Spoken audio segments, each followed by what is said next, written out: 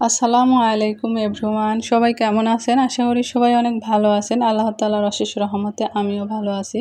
Lifestyle of Afroza channel থেকে আপনাদের সবাইকে স্বাগতম। কাছে দূরে দেশ ও দেশের বাইরে যে যেখান থেকে আমার এই আজকের ভিডিওটি দেখছেন সবাইকে জানাই অসংখ্য অসংখ্য ধন্যবাদ। তো আজকে আরও একটি ভিডিও নিয়ে আপনাদের মাঝে হাজির হয়ে গেছি। আজকে আমি আপনাদেরকে দেখাবো রাজহাঁসের মাংসের রেসিপি। তো রাজহাঁসের মাংসটা রান্না করার জন্য এখানে আমি আলু, পেঁয়াজ, তারপরে দুটো দেখতে পাচ্ছেন যে রসুন, গোটা রসুন, কাঁচামরিচ কেটে নিয়েছি। আর এদিকে দেখতে পাচ্ছেন হাঁসের মাংসটা। তো রাজহাঁসের মাংস তো একটু শক্ত হয়, মানে প্রেসারে দিয়ে রান্না করতে হয়। তো আজকে আমি প্রেসারে দেব না, আজকে আমি কড়াইতে রান্নাটা করব। আর এদিকে আমি মাংস নিয়েছি, প্রায় 1 কেজির কম হবে, 1 কেজি হবে না। তো যাই হোক, এখন এই যে রান্না করতে আমি চলে আসলাম। তো কড়াইতে তো তেল দিয়ে দিলাম, আর ফোড়নে দিয়ে দিব হচ্ছে 2টা শুকনো মরিচ দিলাম, আর দিয়েছি হচ্ছে যে তেজপাতা, এলাচ, আর দিলাম দারচিনি, আর দিলাম হচ্ছে জিরা। তো এখন এগুলো একটু হালকা যখন একটা সুন্দর স্মেল ছড়াবে ভাজা ভাজা হয়ে, তখন আমি এর ভিতরে দিয়ে দেব পেঁয়াজ কুচি, তারপরে দিয়ে দিলাম তেজপাতা। তো এখন যদিও হাঁসের মাংস খাওয়ার সময় না, বেশিরভাগই মানুষ শীতের মধ্যে হাঁসের মাংসটা খায়। তো হাঁসের মাংস কিন্তু আমার খুবই পছন্দের একটি খাবার। গরুর মাংসের চাইতেও আমার হাঁসের মাংস বেশি ভালো লাগে। রাজহাঁস, চীনা হাঁস, পাতি হাঁস, যাই হাঁস হোক না কেন। তো এখানে পেঁয়াজগুলো দিয়ে সুন্দর করে দেখতে পাচ্ছেন যে আমি নেড়ে চেড়ে একটু হালকা বাদামি করে ভেজে নেব। তারপরে যে মশলা অ্যাড করব, এখানে দিয়ে দিলাম হচ্ছে আদা জিরার পেস্ট পরিমাণ মতো,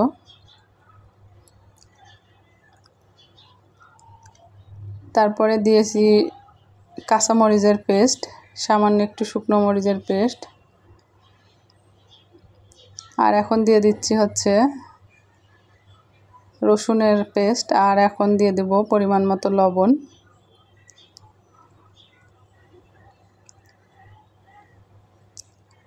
তো এখন সুন্দর করে পুরো মশলা আমি কষিয়ে নেব।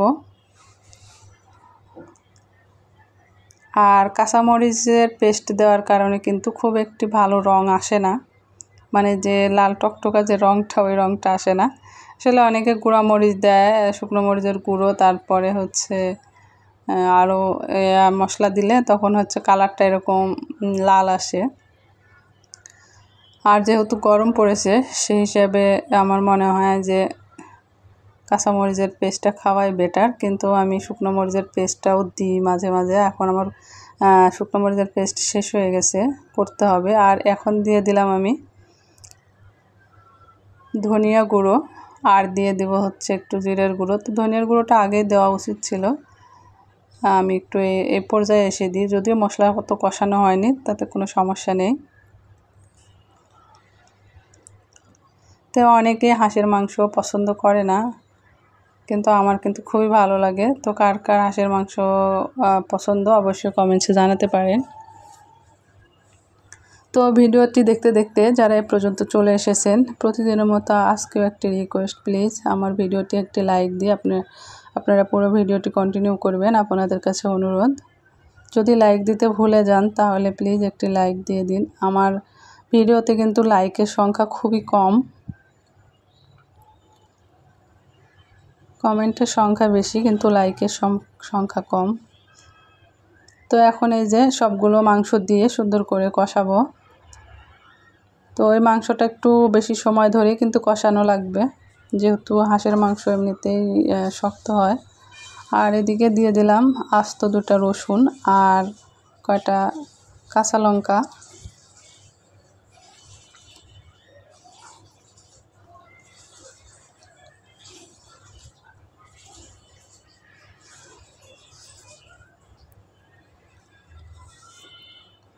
দিয়ে এখন সুন্দর করে তো মাংসটাকে কষাবো, অনেকটা সময় ধরে কষাবো।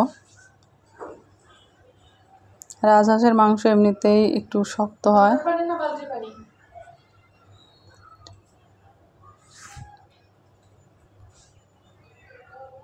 এখন দিয়ে দেব আলু। মাংসটা কিছুক্ষণ কষিয়ে নিয়েছি, তারপরে আলুটা দিচ্ছি। আলু মাংস একসাথে দিলে কিন্তু ভালো লাগবে না, টেস্টটা ভালো আসবে না।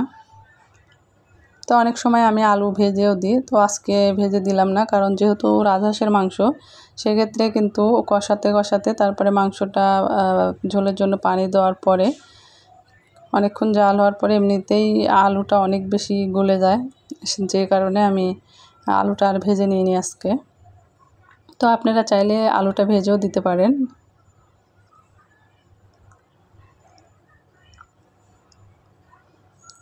তো আমার মাংসটা অনেকটাই কষানো হয়ে আসছে প্রায়। আর এদিকে আমি বেরেস্তা ভেজে নিচ্ছিলাম, আর এখন আমি ঝোলের জন্য তো পানি দিয়ে দেব।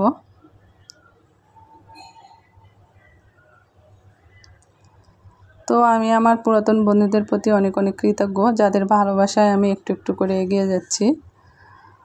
আর যারা আমার চ্যানেলে নতুন ভিজিট করেছেন তাদেরকে জানাই অসংখ্য অসংখ্য ধন্যবাদ। যদি আমার চ্যানেলের ভিডিওটি ভালো লেগে থাকে তাহলে প্লিজ সাবস্ক্রাইব করে একটা সুন্দর গঠনমূলক কমেন্ট করে যাবেন। আমিও আপনাদের পরিবারে যাব, আপনাদের ভিডিও ফুল ওয়াচ করব এবং অ্যাক্টিভ বন্ধু হয়ে থাকব। আর যারা অলরেডি আমার চ্যানেলটিকে সাবস্ক্রাইব করে নিয়েছেন তাদেরকে জানাই অসংখ্য অসংখ্য ধন্যবাদ।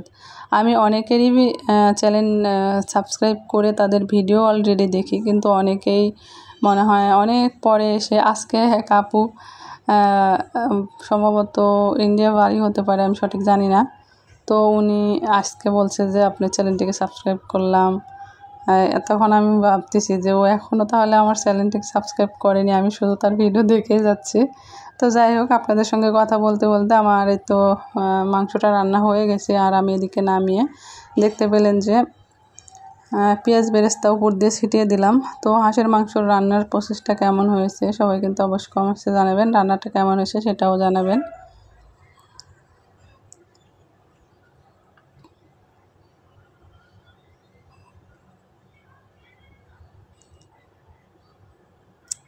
আর এদিকে আমি খাওয়ার জন্য মানে গোসল টোসল সেরে চলে এসেছি। এদিকে হচ্ছে টমেটো আর শসা নিয়েছি, এটা এখন আমি সালাতের জন্য কেটে নেব। এতো কাটা হয়ে গেছে। তো আজকের ভিডিওটি এ পর্যন্তই। সবাই ভালো থাকবেন, সুস্থ থাকবেন। আল্লাহ হাফেজ।